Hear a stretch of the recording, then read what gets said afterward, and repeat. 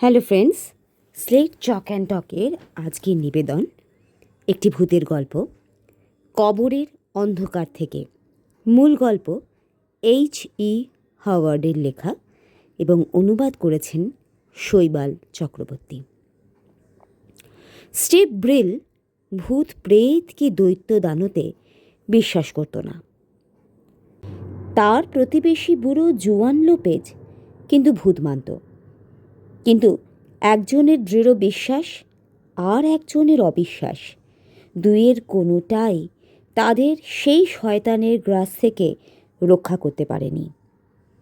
300 বছরের পুরনো কবর ঠেলে যা বিকট চেহারা নিয়ে ধেয়ে এসেছিল তাদের দিকে। টেক্সাসের লোক ব্রিলের চেহারা ছিল অন্য ডাকাবুকো টেক্সাসদের মতোই লম্বা চওড়া, শক্ত সমর্থ। ব্রিল এবং তার দুর্ধর্ষ পূর্বপুরুষেরাই কঠোর পরিশ্রম আর সাহসে ভর করে পশ্চিম টেক্সাসের মতো এই দুর্গম এলাকাকে মানুষ্যবাসীর উপযোগী করে তুলেছিল। হালফিল চাষবাসের কাজ নিয়ে থাকলেও ব্রিলের সাবেক জীবিকা ছিল ঘোড়ার ব্যবসা করা। সেই উত্তেজক পেশা ছেড়ে কেন যে সেই বৈচিত্র্যহীন কৃষিকাজে মন দিল তা নিয়ে এখনও প্রায়ই আক্ষেপ করে সে।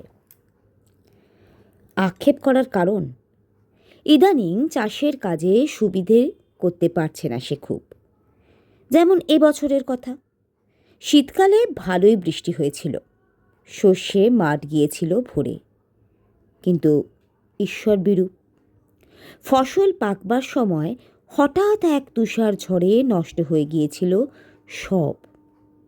অল্প যা রয়ে গিয়েছিল তা কিছু নষ্ট হলো শুষ্ক আবহাওয়ায়, কিছু আকস্মিক এক শিলাবৃষ্টিতে। এই তো গেল গমের কথা। ব্রিল এরপর তুলোর চাষ করেছিল, যা শেষ করল পঙ্গপাল। ব্রিল এমন দমে গেল যে সে ঠিক করল যে সেই বছরই তার শেষ কৃষিকাজ।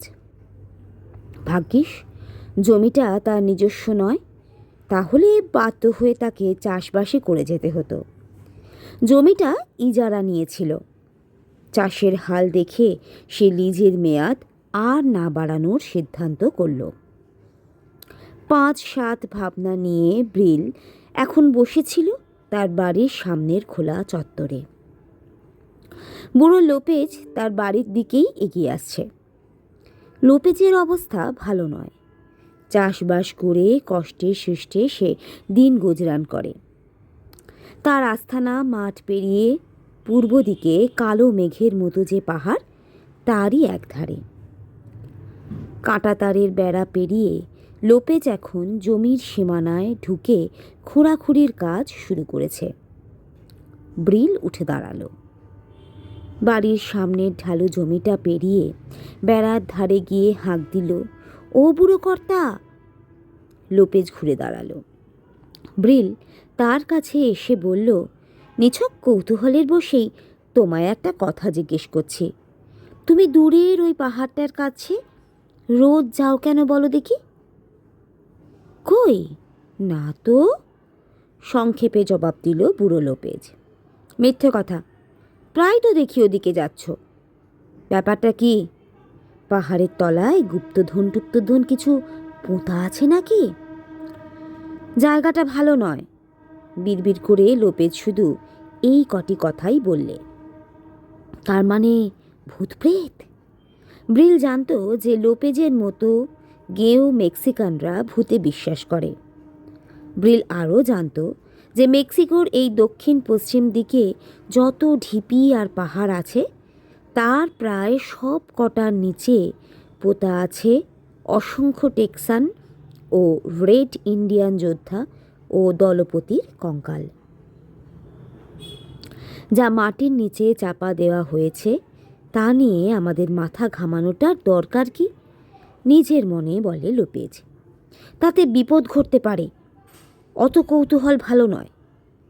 নিকুচি করেছে বিপদের, বলল ব্রিল। কয়েকজন স্যাঙাতকে নিয়ে প্যানো পিন্টো গাঁয়ের একটা ঢিপি খুঁড়েছিলাম, পেলাম একটা নরকঙ্কাল। পুঁতির মালা আর কটা তীরের ফলা। ইচ্ছে করেই কঙ্কালের চোয়ালের কটা দাঁত আমি কাছে রেখে দিয়েছি। সে তো আজ অনেক কালের কথা। কই, বিপদ টিপদ কিছু হয়নি তো আমার? পরে শুনেছি সেটা এক রেড ইন্ডিয়ান সর্দারের কবর। Red Indian? হঠাৎ উত্তেজিত হয়ে বুড়ো লোপেজ বলে, রেড ইন্ডিয়ানদের কথা কে বলেছে? রেড ইন্ডিয়ানরা তো এলো এই সেদিন। তাদের জন্মের আগে এখানে অনেক কিছু ঘটে গেছে।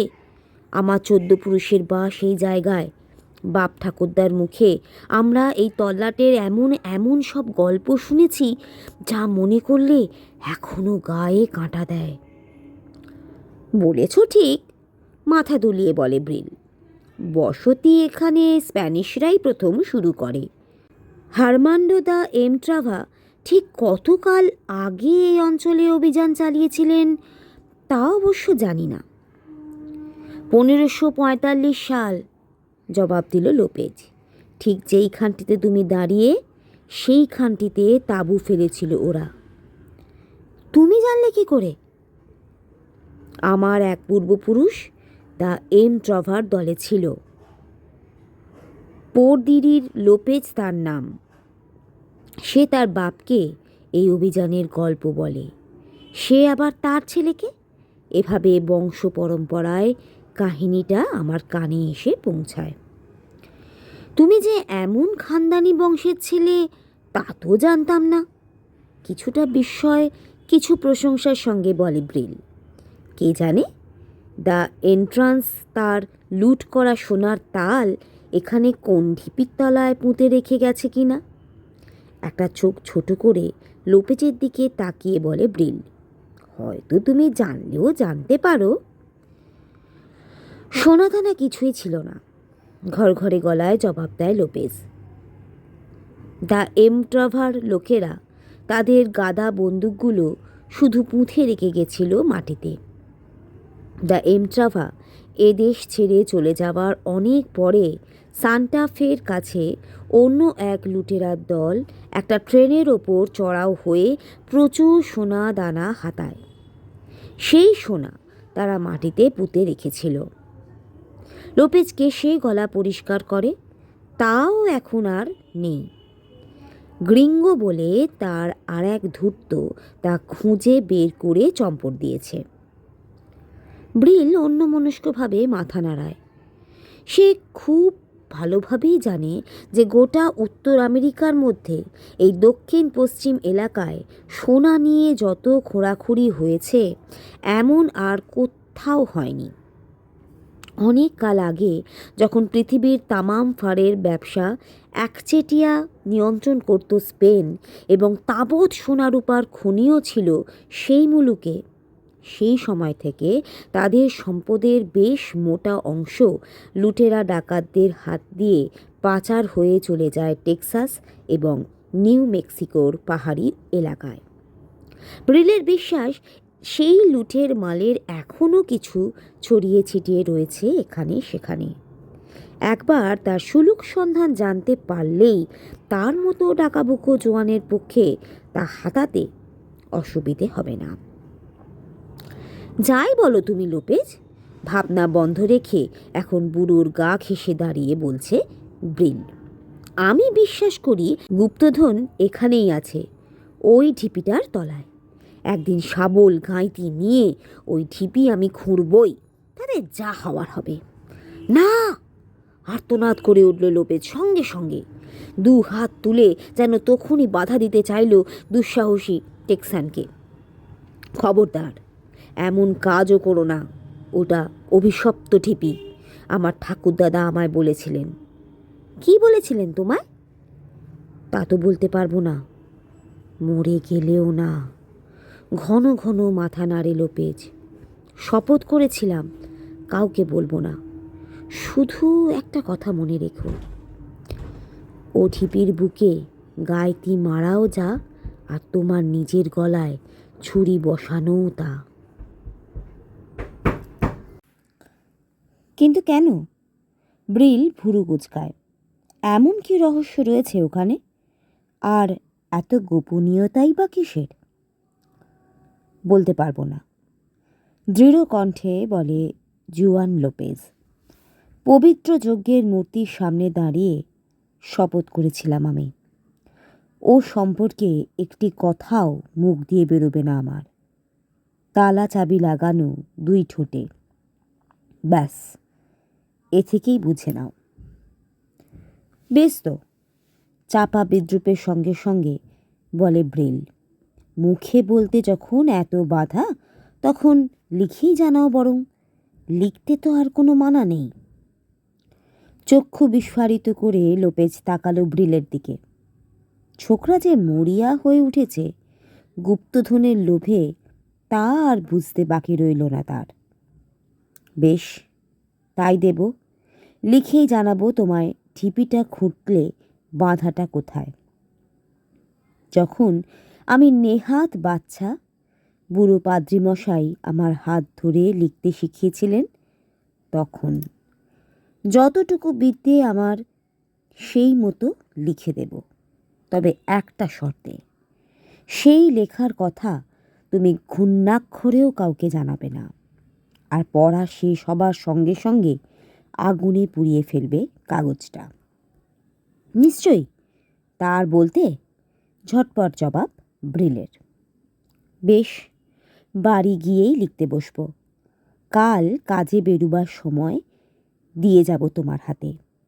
চোখ বুলোলেই বুঝবে অভিশপ্ত পিশাচে পাওয়া ঢিপি খোঁড়া তো দূরে থাক, ওর গায়ে একটা আঁচড় কাটাও কতটা মারাত্মক।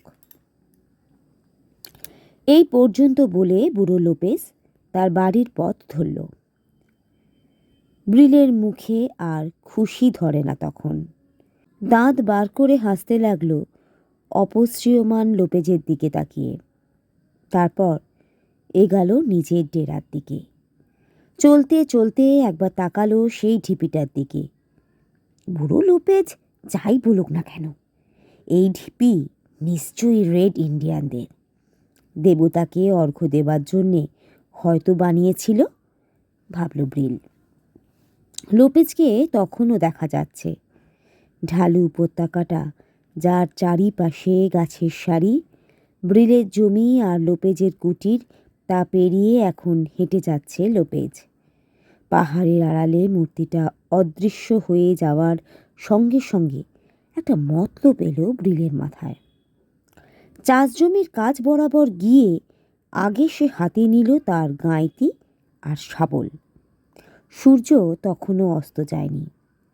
ব্রিল ভাবল, অন্ধকার করে আসার আগেই ঢিপির মুখটা খুঁড়ে ভেতরে কি আছে দেখতে পারবে, তা না হলে লণ্ঠন জ্বালিয়ে রাতেও কাজ চালাবে। ব্রিল হলো সেই রকম আবেগপ্রবণ মানুষ, যার মাথায় একবার একটা ঝোঁক চাপলে সেটা নিবৃত না হওয়া পর্যন্ত সুস্থির হতে পারে না কিছুতেই। শক্ত মাটির বুকে প্রথমবার শাবল মারার সঙ্গে সঙ্গে ব্রিলের মাথায় গুপ্তধনের ভাবনাটা আবার ছিলিক দিয়ে গেল। বেয়ারা গোঁ টেক্সানদের স্বভাবগত বৈশিষ্ট্য, সেই জেদ নিয়েই কাজ করে যাচ্ছিল সে। সহজ নয় কাজটা। বছরের পর বছর সূর্যের তাপে মাটি শক্ত হয়ে গিয়েছিল, সেই সঙ্গে মেশানো নুড়ি ও পাথরকুচি। শাবল চালাতে চালাতে দরদর করে ঘাম ঝরতে লাগলো ব্রিলের শরীর থেকে। ক্লান্ত হয়ে পড়ল, কিন্তু গুপ্তধন পাওয়ার আশাটাই চাঙ্গা রাখল শেষ পর্যন্ত। হাত দিয়ে কপালের ঘাম মুছে দ্বিগুণ উৎসাহে শাবল দিয়ে ঘা মেরে চলল ঢিপির মুখে। সূর্য পাটে বসল, তবু ব্রিল ক্ষান্ত হলো না। গোধূলির অস্পষ্ট ছায়ায় আলোয় কাজ করে চলল অক্লান্ত উদ্যমে। ততক্ষণে তার মনে বিশ্বাস জন্মেছে যে এই ঢিপিটা রেড ইন্ডিয়ানদের উপাসনার জাতীয় কিছু একটা হবে। মাটির মধ্যে কাঠ কয়লার গুঁড়ো দেখতে পেয়েই দৃঢ়তর হলো বিশ্বাস। এই অঞ্চলে আদিম অধিবাসীদের প্রিয় ও মান্য নেতার মৃতদেহ উত্তপ্ত রাখার জন্য মন্দির বা কবরের মধ্যে আগুন জ্বালিয়ে রাখার রেওয়াজ ছিল। কাঠকয়লার গুঁড়ো দেখতে পেয়ে ব্রিল নিশ্চিত হলো যে এটা সেই রকম মন্দির বা কবর কিছু একটা হবে। কিছুক্ষণ খোঁড়ার পর হঠাৎ একটা ধাতব পদার্থে শাবল লেগে ঠং করে উঠতেই উল্লাসে চিৎকার করে উঠল ব্রিল। ধাতব পদার্থটি তাড়াতাড়ি মাটির নিচ থেকে বের করে চোখের সামনে মেলে ধরল ব্রিল। স্পানিয়ার্ডদের একটা ধারালো বর্ষা, বহুকাল মাটির তলায় থাকার দরুন মরচে ধরে কাগজের মতো পাতলা হয়ে গিয়েছে। ব্রিল অবাক হলো। ঢিপিটা রেড ইন্ডিয়ানদের উপাসনা করার স্তূপ ভেবেছিল সে। স্প্যানিশদের ব্যবহারের কোনো সামগ্রী দেখতে পাবে আশা করেনি। তবু কাজ করে যেতে লাগলো ব্রিল। মন বলল, ঢিপির ঠিক মাঝখানে পাথরের তৈরি একটা প্রকোষ্ঠ পাবে, যার মধ্যে থাকবে কোনো গোষ্ঠী বা দলের নেতার কঙ্কালের হাড়, আর সেই সঙ্গে সোনা বা অন্য রত্ন। অন্ধকারের মধ্যে শাবল চালাতে চালাতে ব্রিলের মনে হলো শাবলটা যেন গ্রানাইটের মতো শক্ত কোনো বস্তুকে আঘাত করছে। শাবলের আঘাতে ভাঙা অসম্ভব। ব্রিল তখন চেষ্টা করতে লাগলো পাথরের ফাঁকে শাবল ঢুকিয়ে চার দিয়ে সেটা তুলে ফেলার জন্য। হঠাৎ ব্রিলের খেয়াল হলো যে চারপাশে অন্ধকার নেমে এসেছে ঘন হয়ে। সবে চাঁদ উঠেছে, পাণ্ডুর আলো ছড়িয়ে পড়েছে প্রান্তরে। গহ্বরের মধ্যে ব্রিলের চোখে কিচ্ছু ঠাহর হচ্ছিল না। একটা লণ্ঠন জোটাতে পারলে কাজের সুবিধে হয় এখন, ভাবল ব্রিল। দেশলাই বার করার জন্যে পকেট হাতড়ালো ব্রিল। তারপর হঠাৎ শক্ত হয়ে গেল শরীরটা। ঠিক পেছনেই মস্ত পাথরের আড়াল থেকে একটা সস্বর শব্দ ভেসে এলো না? কিসের আওয়াজ? সাপ নাকি? পাথরের গর্তে নধর গড়ন, পাইথনের বাসা থাকা কিছু বিচিত্র নয়। কে জানে, হয়তো গোটা 12 মাথার মণি জ্বালা অজগর ঘাপটি মেরে রয়েছে অন্ধকার গর্তে। ব্রিল হাত ঢোকালেই একজোটে ঝাঁপিয়ে পড়বে তারা তার ওপর। কথাটা ভেবেই আঁতকে শিউরে উঠে খোঁড়া গর্তের কাছ থেকে পিছিয়ে এলো ব্রিল। অন্ধকারে এলো পাথারি শাবল চালিয়ে লাভ নেই, ভাবল ব্রিল। তাতে বিপদের সম্ভাবনাই বেশি। হঠাৎ খেয়াল হলো কিছুক্ষণ ধরেই একটা কটু গন্ধ আসছে নাকে। কে জানে, সাপের গয়ের গন্ধ এমন হয় নাকি? শাবল নামিয়ে রেখে বাড়ির দিকে রওনা দিল ব্রিল। অন্ধকারে লণ্ঠন ধরালো দেশলাই জ্বালিয়ে। লণ্ঠন হাতে উঁচু নিচু চাষ জমির ওপর দিয়ে দ্রুত পা ফেলে আগের জায়গায় ফিরে আসার সময় শরীরের ছায়াটা বড় অদ্ভুত দেখাচ্ছিল জমির ওপর। হঠাৎ মনে পড়ল লোপেজের কথা। সকাল পর্যন্ত অপেক্ষা না করে ভালোই করেছে সে। কে জানে, বুড়ো হয়তো সকালে এই ঢিপিটা খুঁড়তে নিষেধই করতো তাকে নানা ছুতোয়। রাত আশ্চর্য রকম নিস্তব্ধ। ব্রিল ঢিপির কাছে পৌঁছে লণ্ঠনটা তুলে ধরল। শাবল গাঁইতি আগের জায়গাতেই পড়ে রয়েছে, কিন্তু যে জায়গাটা খোঁড়াখুড়ি করেছিল সে, সেখানটায় মস্ত বড় একটা ফাঁক। গ্রিল যেন অবাক হলো, তেমনি গেল রেগে। এ নিশ্চয়ই শয়তান লোপেজের কাজ। দাঁতে দাঁত চেপে ধরে ব্রিল। নিশ্চয়ই তককে তককে ছিল বজ্জাত বুড়োটা। যেই লণ্ঠন আনতে বাড়িমুখো হয়েছি অমনি ভেতরের মাল মশলা সব হাতিয়ে নিয়ে চম্পট দিয়েছে। রাগের মাথায় লণ্ঠনটাই নিভিয়ে দিল ব্রিল। রাগতভাবে যেই লোপেজের ঘরের দিকে তাকালো, অমনি ভয়ে আড়ষ্ট হয়ে এলো শরীরটা। পাহাড়ের কোণে যেখানে লোপেজের কুঁড়ে, হঠাৎ সেখানে নড়ে উঠল একটা ছায়া। চাঁদ তখন ডুবতে বসেছে। সেই অস্পষ্ট আলোয় ব্রিল দেখল মানুষের মূর্তির আকারে সেই ছায়াটা আস্তে আস্তে মিলিয়ে যাচ্ছে পাহাড়ের ওপাশে। আস্তানার দিকে চম্পট দিচ্ছে ব্যাটা। নিজের মনে গর্জে উঠল ব্রিল, নিশ্চয়ই সোনাদানা কিছু হাতিয়েছে, নইলে এত জোরে পা চালাতো না বুড়ো। যাই পেয়ে থাকুক, ওতে আমারও হক আছে। এ জমি আমারই, ইজারা নেওয়া, আর মাথার গাম পায়ে ফেলে এই গর্ত আমিই খুঁড়েছি।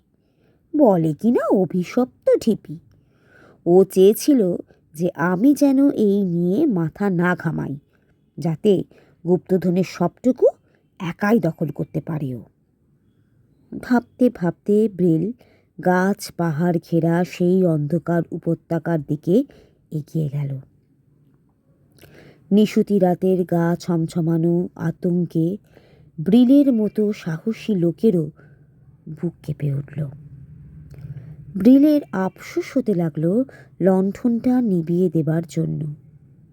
যাই হোক, শাবলটা হাতে রেখেছে সে, প্রয়োজনে ওটা অস্ত্র হিসাবে ব্যবহার করা যেতে পারে। পাহাড়ের ওপর উঠে লোপেজের কুঁড়েটা দেখতে পেল। ঘরের একটা জানলা দিয়ে আলো ছড়িয়ে পড়ছে বাইরে। জিনিসপত্র গুছিয়ে চম্পট দেওয়ার মতলব করছে বুড়ো, দাঁতে দাঁত চেপে বলে ব্রিল। নইলে এত রাতে ওর ঘরে আলো জ্বলবে কেন? কথা শেষ হওয়ার আগেই চমকে উঠল ব্রিল। এমন ভয় ও চমকের অভিজ্ঞতা তার জীবনে এই প্রথম। রাতের বুক চিরে হঠাৎ একটা তীক্ষ্ণ ও অসহায় আর্তনাদ পাহাড়ের নিচ থেকে উঠে মিলিয়ে গেল নিস্তব্ধ প্রান্তরে। হায় ঈশ্বর, এ কি লোপেজের গলা নাকি অন্য কারো? ভয়ার্ত কণ্ঠে এই কটি কথা বলে স্থাণুর মতো দাঁড়িয়ে রইল সে পাহাড়ের উপরে। পরক্ষণে দ্রুত নামতে লাগলো নিচে। বুড়োর ওই কুঁড়ে ঘরেতে ভয়ঙ্কর কিছু ঘটেছে কিনা দেখতে হবে সচক্ষে। শক্ত হাতে শাবলটা ধরে ছুটছিল ব্রিল। নিশ্চয়ই লোপেজকে খুন করে কেউ তার লুটের মাল হাতিয়ে নেওয়ার চেষ্টা করছে। সে যেই হোক, ব্রিল তাকে ছাড়বে না। বুড়ো লোপেজের ওপর রাগের বদলে তখন দরদে উতলে উঠল সেই মুহূর্তে। কুঁড়ের কাছে গিয়ে ব্রিল দেখল দরজা ভেতর থেকে বন্ধ। চিৎকার করে ডাকলো লোপেজকে, কিন্তু কারো সাড়া পেল না। শুধু শুনল একটা অদ্ভুত গোঙানির শব্দ। শুনতে শুনতে ব্রিল হাতে শাবল দিয়ে লোপেজের বাড়ির দরজায় আঘাত করল প্রচণ্ড জোরে। পুরনো নড়বড়ে দরজা সে আঘাত বেশিক্ষণ সহ্য করতে পারল না। কয়েকটা ঘা কে তা ভেঙে পড়তেই ব্রিল অন্ধকারে লাফ মেরে ঢুকল ভেতরে। বারান্দায় সামনের ঘরে কেউ কোথাও নেই, তবু ব্রিলের গা ছমছম করছিল। মনে হচ্ছিল আশেপাশে ঘুরে বেড়াচ্ছে অশরীরী ছায়ার দল। ঘামে ভেজা হাতে পকেট থেকে দেশলাই বার করে সে ঘরের বাতি জ্বালল। আলোয় যে দৃশ্য তার চোখে পড়ল তাতে হিম হয়ে এলো সমস্ত শরীর। ঘরের বিছানায় পড়ে আছে লোপেজের প্রাণহীন দেহ। চোখে মুখে ভয়ের ছাপ সাংঘাতিক। কি চরম আতঙ্কের মধ্যে দিয়ে যে তার মৃত্যু ঘটেছে তা ওই বিস্ফারিত দুটি চোখের দিকে এক নজর তাকালেই বোঝা যায়। ব্রিল সভয়ে এদিক ওদিক তাকালো। বন্ধ জানলাটার একটা মাত্র পাল্লা শুধু খোলা। কে জানে, আততাই হয়তো এই পথে ঘরে ঢুকে কাজ সেরে চম্পট দিয়েছে ওই খোলা জানলা দিয়েই। অনিচ্ছা সত্ত্বেও মৃত লোপেজের দিকে আর একবার তাকালো ব্রিল। সারা শরীরে কোথাও কোনো আঘাতের চিহ্ন নেই। খুঁটিয়ে দেখতে গিয়ে হঠাৎ ব্রিলের চোখে কি যেন আবিষ্কার করল। লোপেজের গলায় কিন্তু বিন্দু বিন্দু রক্ত, যেন কারো সূক্ষ্ম ও তীক্ষ্ণ দাঁতের কামড়ের দাগ সেখানে। কিন্তু সে ক্ষতের চিহ্ন এতই সামান্য যে তা থেকে রক্তপাত ঘটে কারোর মৃত্যু ঘটেছে এমন বিশ্বাস করা চলে না। আবার সেই গা ছমছমানো ভাবটা যেন ফিরে এসেছে ব্রিলের। কে জানে, হয়তো নিদারুণ ভয় পেয়েই মৃত্যু ঘটে থাকবে লোপেজের। হয়তো ক্ষতের চিহ্ন পড়েছে ভয়ে দমবন্ধ হয়ে মারা যাওয়ার পর। হঠাৎ মেঝের ওপর চোখ পড়ল ব্রিলের। কয়েকটি হলদেটে রঙের কাগজ সেখানে পড়ে, তার উপর মেক্সিকান ভাষায় আঁকা বাঁকা হস্তাক্ষরে কিছু লেখা। ব্রিলের মনে পড়ে গেল লোপেজ তাকে বলেছিল ওই রহস্যময় ঢিপির গায়ে আঁচড় কাটা কেন মানা তা তাকে সে লিখে জানাবে। হয়তো সেই লেখাই লিখছিল সে। এই কাগজ, লেখার পেন্সিল, কেরোসিনের বাতি সব সাক্ষ্য দিচ্ছে তার। সেই লেখালেখি করার সময় কাল ঘনিয়ে এসেছিল তার। তাহলে ঢিপির মুখের পাথর সরিয়ে ভেতরকার জিনিস লোপেজ সরায়নি? লোপেজ যদি সরায়নি, তবে কে সরালো? পাহাড়ের ধারে কার ছায়া মূর্তি দেখে তাকে লোপেজ বলে ভুল করেছিল ব্রিল? কে সে? এখন একটা কাজই করতে পারে ব্রিল। ঘোড়ায় চড়ে 10 মাইল দূরের কয়োটো পাহাড়ের কাছে গিয়ে শহরের শেরিফকে গিয়ে জানিয়ে আসতে পারে এই নৃশংস হত্যাকাণ্ডের খবর। ব্রিল কাগজগুলো জড়ো করতে লাগলো। শেষ পাতাটি ছিল লোপেজের ঠান্ডা হাতের মুঠোর ভেতর। মুঠো খুলে কাগজটা বার করতে বেশ বেগ পেতে হলো ব্রিলকে। কাগজগুলো গুছিয়ে নিয়ে নিজের লণ্ঠনটা জ্বেলে নিল ব্রিল। নিজেকে সাহস জোগাতে লাগলো এই বলে যে এটা একটা সাধারণ হত্যাকাণ্ড, যেমন হামেশাই মেক্সিকোর এই অঞ্চলে ঘটে থাকে। অশরীরী কোনো প্রেতের কাণ্ড বলে মনে করার কোনো কারণই নেই। হত্যাকারী যদি এখানেই কোথাও লুকিয়ে থাকে, তবে ব্রিল তার মুখোমুখি হতে এতটুকু ভয় পাবে না। এই রকম ভেবে এক হাতে লণ্ঠন আর অন্য হাতে শাবলটা বাগিয়ে ধরে ব্রিল লোপেজের কুড়ে থেকে বাইরে বেরিয়ে এলো। অন্ধকার রাত্রি যেন তার বাইরে বেরোনোরই প্রতিজ্ঞাতেই ছিল। সে শিশির ভেজা ঘাসের ওপর পা রাখার সঙ্গে সঙ্গে পাহাড়ের কোল থেকে ভেসে এলো একটা ঘোড়ার ভয়ার্ত তীক্ষ্ণ আর্তনাদ, আর তারপরেই দ্রুত খুরের শব্দ। আস্তে আস্তে যা মিলিয়ে গেল দূরে। ব্রিল বিমূঢ় ও ভীত। তবে কি এই পাহাড় জঙ্গলের রাজ্যে আজ আবির্ভাব ঘটেছে কোনো হিংস্র নেকড়ের, যে হত্যা করেছে বুড়ো লোপেজকে, তারপর তীক্ষ্ণ দাঁতের ক্ষুধা দিয়ে তেড়ে গেছে ওই নিরীহ ঘোড়ার দিকে? ঘোড়ার আর্তনাদের রেশ তখনও পাহাড়ে প্রতিধ্বনিত হয়ে তার কানে বাজছে। এই সময় আর এক দৃশ্য দেখে শরীর হিম হয়ে গেল তার। লোপেজের বাড়িতে যে বাতি সে জ্বালিয়ে এসেছিল, কে যেন তা নিভিয়ে দিল এই মাত্র। গাঢ় অন্ধকারে থমথমে বাড়িটাকে এখন একটা ভুতুড়ে আস্তানা বলে মনে হচ্ছে তার। ব্রিল ছুটতে শুরু করলো। ঘোড়া নিখোঁজ হওয়ার পর পায়ে হেঁটে 10 মাইল দূরে শেরিফকে খবর দেওয়ার মতলব তার আর নেই। সে এখন বাড়ি পৌঁছতে পারলে বাঁচে। বাড়ির কাছে আসতে আবার ভয় গ্রাস করল ব্রিলকে। যে ভয়ঙ্কর আতঙ্কের হাতে বুড়ো লোপেজ প্রাণ হারিয়েছে, সেই সর্বনেশে দানও এখন তার আস্তানায় কোথাও ঘাপটে মেরে লুকিয়ে আছে কিনা কে জানে। ব্রিল পা টিপে টিপে এগোয়। দরজাটা খুলেই সে আড়াল আবডালটা দেখে নেয়। হাতের লণ্ঠনটা নিভিয়ে দিয়ে জ্বালে ঘরের বাতি। দরজায় তালা লাগিয়ে জানলাগুলো বন্ধ করে দিয়ে লুকোনো জায়গা থেকে তার অতি বিশ্বস্ত গুলি ভরা কোল্ট .45টা হাতে নেয়।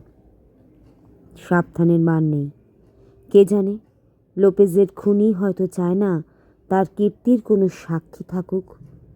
খুনি একা হোক কিংবা একের বেশি হোক, খুব শিগগিরই বুঝবে যে নিরস্ত্র বুড়ো লোপেজকে হত্যা করা এক কথা, আর কোল্ট .45-এর সঙ্গে পাল্লা দেওয়া আর এক কথা। লোপেজের কথা ভাবতেই তার মনে পড়ে গেল তার ঘর থেকে আনা সেই কাগজগুলোর কথা। কাগজগুলো পরপর গুছিয়ে টেবিলের বাতির ওপর রেখে পড়তে শুরু করলো সে। পড়তে পড়তে বরফের স্রোতের মতো এক শিহরণ নামল তার মেরুদণ্ড বয়ে। এই সেই কাহিনী যা লোপেজের পরিবারের এক পুরুষ থেকে আর এক পুরুষের মধ্যে প্রচারিত হয়ে এসেছে। হার্নান্ডো দা এমট্রাভা এবং তার দলবলের দক্ষিণ পশ্চিম মরুভূমির ওপর নানা রোমাঞ্চকর কীর্তির কথা লেখা এই পাণ্ডুলিপিতে। জনা 40 চরিত্র আছে এই কাহিনীতে।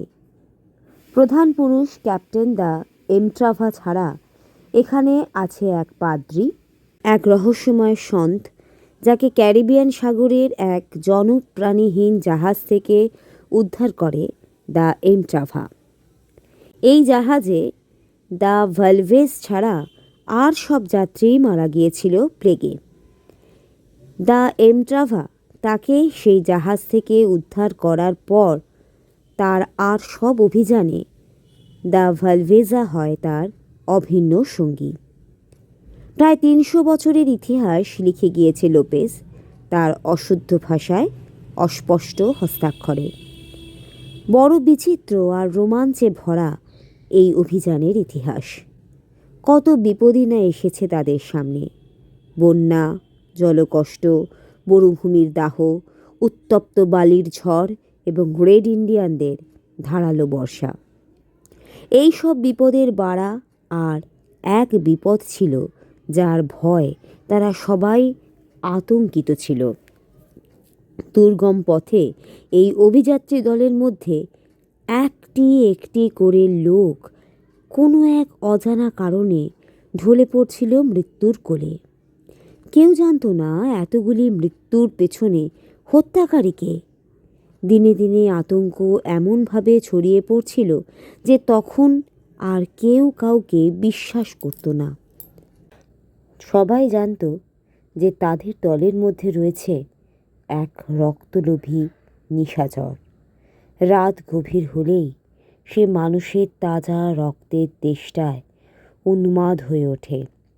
কিন্তু এতগুলো মানুষের মধ্যে সে যে কোনজন তা খুঁজে বার করা সম্ভব হয়নি। দিনে দিনে কমে আসতে লাগলো অভিযাত্রীদের সংখ্যা। সন্দেহ এবং ভয়ের শিকার তখন সকলেই।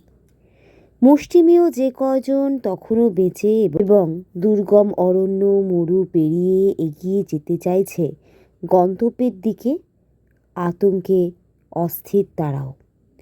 প্রতি রাত্রে একটা করে মানুষ বলি হচ্ছে। ঘুমের মধ্যে খোয়াতে হচ্ছে প্রাণ। খুনি কোনো সূত্র রেখে যায় না, শুধু এঁকে যায় তার শিকারের গলায় একটা ধারালো নখের আঁচড়। অভিযাত্রীরা জানত ঘুমিয়ে পড়া কত মারাত্মক।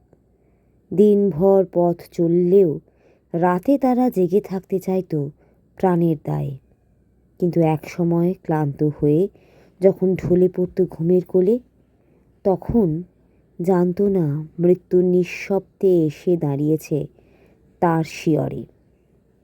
সকলের সন্দেহ হলো জ্যালাবার থেকে ধরে আনা বিশাল দেহি মিশ কালো এক কাফ্রিকে।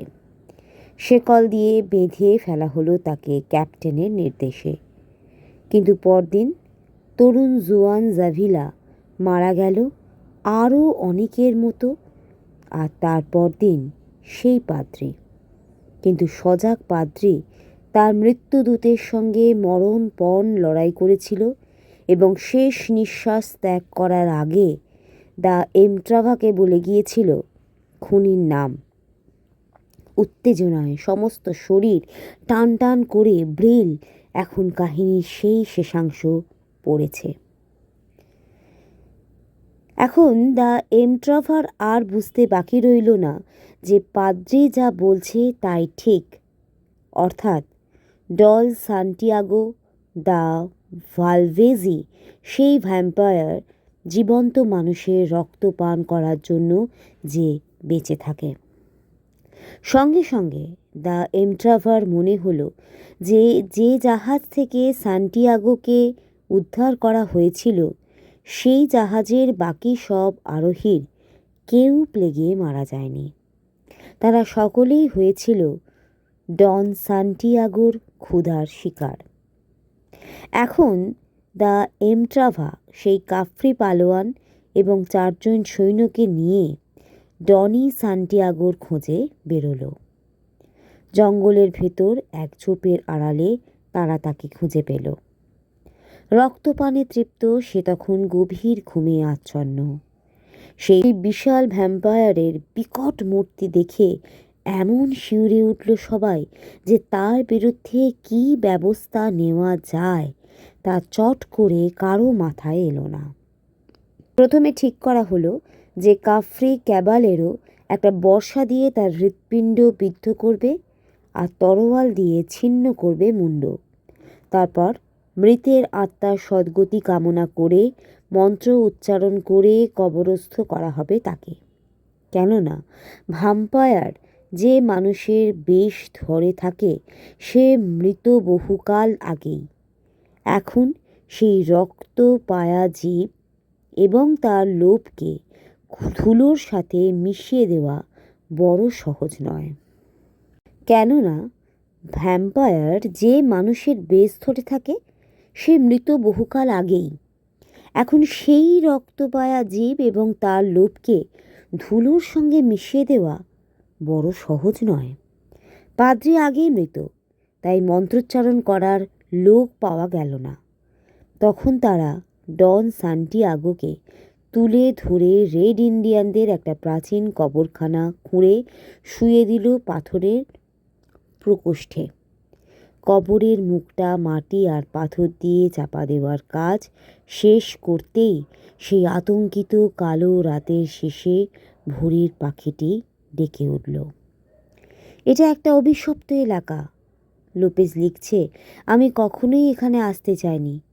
আমি জানতুম এই ঢিপির তলাতেই ঘুমিয়ে রয়েছে সেই রক্তলোভী শয়তান। কোনো একদিন কেউ ওর মুখ খুলে দিলে ও জেগে উঠবে আর ঘনিয়ে আসবে সর্বনাশ। এখন বুঝতে পারছো তো ব্রিল, কেন আমি পই পই করে তোমায় নিষেধ করেছি ওই ঢিপিটাতে না খুঁড়তে? রেখা এখানেই শেষ হয়েছে পেন্সিলের একটা আচমকা টানে। টানটা এমনই জোরে যে পাণ্ডুলিপির শেষ পাতাটাই গেছে ছিঁড়ে। ব্রিল উঠে দাঁড়ালো।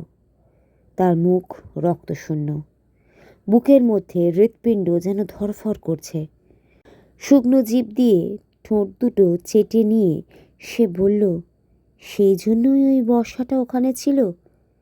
মাটি খুঁড়তে খুঁড়তে কোনো স্প্যানিশ যোদ্ধার হাত থেকে পড়ে গিয়ে থাকবে হয়তো। উফ ভগবান, আমি আর ভাবতে পারছি না। দৃশ্যটা কল্পনা করেই শিউরে উঠল ব্রিল। জীবন্ত সেই শয়তান কবরের অন্ধকার ভেদ করে উঠে আসছে। ঢিপির মুখ খুলে যেতে আলগা পাথরগুলি ঠেলে দিয়ে ভেতর থেকে বেরিয়ে আসছে সে। ছায়ার মতো তার নিকষ কালো শরীর পাহাড়ের ওপর থেকে কালো ডানা মেলে নেমে আসছে নিচে। আলো যখন জ্বলছে তখন নিশ্চয়ই ঘরে আছে রক্ত মাংসের জীবন্ত মানুষ। অতি দীর্ঘ হাত বাড়িয়ে জানলার পাল্লাটা ফাঁক করে ঢুকতে চাইছে ভেতরে। এসব বুঝরু কি? ব্রিল বলল হাঁপাতে হাঁপাতে। বুড়ো লোপেজের মাথা ঠিক ছিল না। ভ্যাম্পায়ার বলে আদতে কিছু নেই। তাই যদি থাকবে তবে সে আমাকে প্রথমে না ধরে লোপেজের ওপর চড়াও হতে যাবে কেন? যত সব গাঁজাখুরি। আরও কি বলতে যাচ্ছিল ব্রিল, কিন্তু শেষ কথাগুলি তার বরফ জমাট গলায় আটকে রইল আচমকা কি দেখে।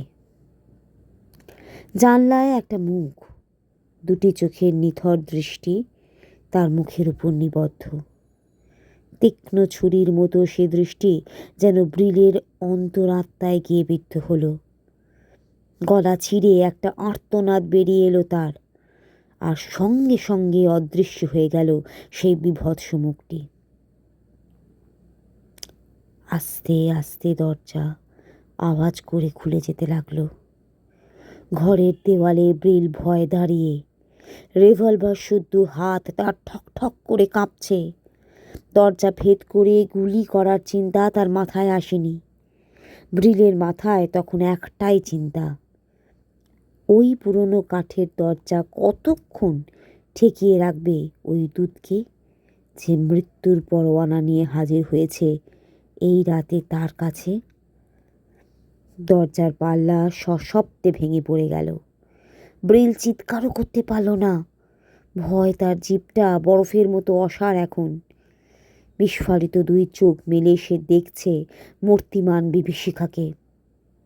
মৃত্যু শীতল দুই চোখ আর লম্বা হাতের বড় বড় ধারালো নখ। চোখ কান বুজে গুলি চালালো ব্রিল। তাতে ভ্যাম্পায়ারের বুকের কাছে থেকে এক টুকরো কাপড় ছিঁড়ে হাওয়ায় উড়ে গেল। আঘাত পেয়ে এক পা পিছিয়ে গেল ভ্যাম্পায়ার। আর গুলি চালানোর সাহস ব্রিলের ছিল না। এবার ভ্যাম্পায়ার খাড়া হয়ে সামনে এগিয়ে আসতে লাগলো তীব্র গতিতে। দেওয়াল ধরে কাঁপতে কাঁপতে হঠাৎ টুকরে কেঁদে উঠল ব্রিল। রিভলভারটা তার আগেই তার হাত থেকে খসে পড়ে গেছে মাটিতে। সেই মুহূর্তে ব্রিলের মনে হলো এতদিন গাঁজাখুরি বলে যেসব গল্পকে উড়িয়ে দিয়েছে সে, তা বড় নিষ্ঠুর সত্য। একজন মানুষ যে বহুকাল আগে মৃত, তাকে হত্যা করতে মানুষের তৈরি সেরা আগ্নেয়াস্ত্র তাহলে কোনো কাজেই লাগে না। তারপর ধারালো নখওয়ালা সেই মৃত্যু দূতের হাত দুটি এগিয়ে এসে ব্রিলের গলা স্পর্শ করতেই বলিষ্ঠ কাউবয় তরুণের শরীরে এলো যেন অযুত হাতের বল। মৃত্যুর মুখোমুখি হয়ে মানুষ বোধ হয় এমনি মরিয়া হয়ে ওঠে। ব্রিলের পূর্বপুরুষ সেই দুর্ধর্ষ টেক্সানরা যেমন ভয়ঙ্কর শত্রু এবং সহস্র প্রতিকূলতার বিরুদ্ধে মরণপণ লড়াই করেছিলেন, তেমনি সাহস ও অন্ধ আবেগের বশে ব্রিল এখন যুঝতে লাগলো ভ্যাম্পায়ারের সঙ্গে। ব্রিল যখন হন্যে হয়ে উঠেছিল আত্মরক্ষার সংকল্পে, এই রক্ত পিপাসু মৃত্যুদূতকে চরম আঘাত হানতে উন্মাদ হয়ে উঠেছিল সে। কখনো সে হিংস্র সাপদের মতো চিৎকার করে উঠছিল, কখনো পাগলের মতো আঘাত করছিল প্রতিপক্ষের কঠিন শরীরে, কখনো আবার ভ্যাম্পায়ারের তীক্ষ্ণ নখের আঁচড়ে কাতর চিৎকারে শিউরে উঠছিল শান্ত বনস্থলী। তার চোখ যেন নেকড়ের দাঁত, চোখের দৃষ্টিতে মৃত্যুদূতের হাতছানি। তারা দুজনেই গড়াগড়ি যাচ্ছিল মেঝেতে। ব্রিলের ঘরের পুরনো কাচের আসবাব কত ভেঙে তছনছ হলো। তখনও ভ্যাম্পায়ারের মান্ধাত্তার আমলে সেই পোশাকের দুর্গন্ধে ব্রিলের দম বন্ধ হওয়ার উপক্রম হলো। তখনও তার প্রচণ্ড আঘাতে ভ্যাম্পায়ারই লুটিয়ে পড়ল মাটিতে। ক্রমে ক্রমে বোঝা যাচ্ছিল যে ভ্যাম্পায়ারের জিঘাংসা ও রক্তপানের নেশার চাইতে ব্রিলের নিজেকে বাঁচানোর ইচ্ছে যা থেকে পেয়েছিল সে সেই দুর্মম শক্তি তাও কম প্রবল নয়। ঝটাপটির এক ফাঁকে তারা টেবিলের ওপর আছড়ে পড়তে টেবিলটা কাত হয়ে পড়ে যায় মাটিতে। তার উপরে রাখা বাতিটা মাটিতে পড়ল। বাতির জ্বালানি তেল ছড়িয়ে ছিটিয়ে পড়ল দেওয়ালে, মেঝেতে। আগুনের শিখা জ্বেলে উঠল চারিদিকে। আগুনের আঁচ তার শরীরেও লাগছিল, কিন্তু ব্রিলের সেদিকে ভ্রূক্ষেপ ছিল না। তখনও সেই ধারালো নখ তার দিকে উদ্যত, সে দৃষ্টি লোলুপ তার গলার রক্ত চুষে খাওয়ার জন্য। ব্রিল যেন উন্মাদের মতো যা হাতের কাছে পাচ্ছিল তাই দিয়ে আঘাত করছিল আর চিৎকার করছিল গলা ফাটিয়ে। আগুন ততক্ষণে তার লকলকে জিভ মেলে গ্রাস করতে চাইছে সমস্ত ঘর আর তাদের দুজনকে। আগুন যে আর কিছুক্ষণের মধ্যেই তাদের গ্রাস করে ফেলবে তা ব্রিল বুঝতে পারছিল। শরীরের সমস্ত শক্তি সঞ্চয় করে এবার সে হানল প্রচণ্ড আঘাত। ভ্যাম্পায়ারের শরীর কি ইস্পাতের তৈরি? তাকে এমন বজ্র আলিঙ্গনে বেঁধেছিল ব্রিল যে তার মতো অসীম শক্তিধরও তার থেকে মুক্তি করতে পারছিল না নিজেকে। সেইভাবে তাকে তুলে সে নিক্ষেপ করল টেবিল থেকে নিচে। প্রচণ্ড শব্দ হলো একটা। সমস্ত মেঝে দেওয়াল জুড়ে তখন আগুনের লেলিহান শিখা। সেই অগ্নিকুণ্ডের মধ্যে পড়েও ভ্যাম্পায়ারের রক্তপানের নেশা তখনও ঘোচেনি। তখনও তার চোখে সেই নিথর জীবন মৃত্যুর হাতছানি। এখন যেন তার ক্ষুধা আরও উদগ্র হয়ে উঠেছে। আগুনের শিখার মধ্যে দিয়ে হামাগুড়ি দিয়ে সে এগিয়ে আসতে লাগলো ব্রিলের দিকে। আহত বিষধর সাপ যেমনই সম্মোহনী দৃষ্টি দিয়ে এগুতে থাকে তার শিকারের দিকে। ব্রিলের দু চোখে গালে তখন রক্ত ঝরছে। হাত দিয়ে সে রক্ত মুছে সে টলতে টলতে বাইরে এসে দাঁড়ালো। তারপর হঠাৎ মরণের দ্বার খোলা পেয়ে বন্দি যেমন অসীম আনন্দে সেখান থেকে ছুটে বেরিয়ে আসে, তেমনি চঞ্চল আনন্দে অস্থির হয়ে সে নির্জন প্রান্তর আর বনস্থলী পেরিয়ে ছুটতে লাগলো। এক সময় দম ফুরিয়ে যেতে সে পড়ে গেল মাটিতে, বড় ক্লান্ত আর অবসন্ন সে। তখন সেই অভিশপ্ত রাতের শেষ মুহূর্তে।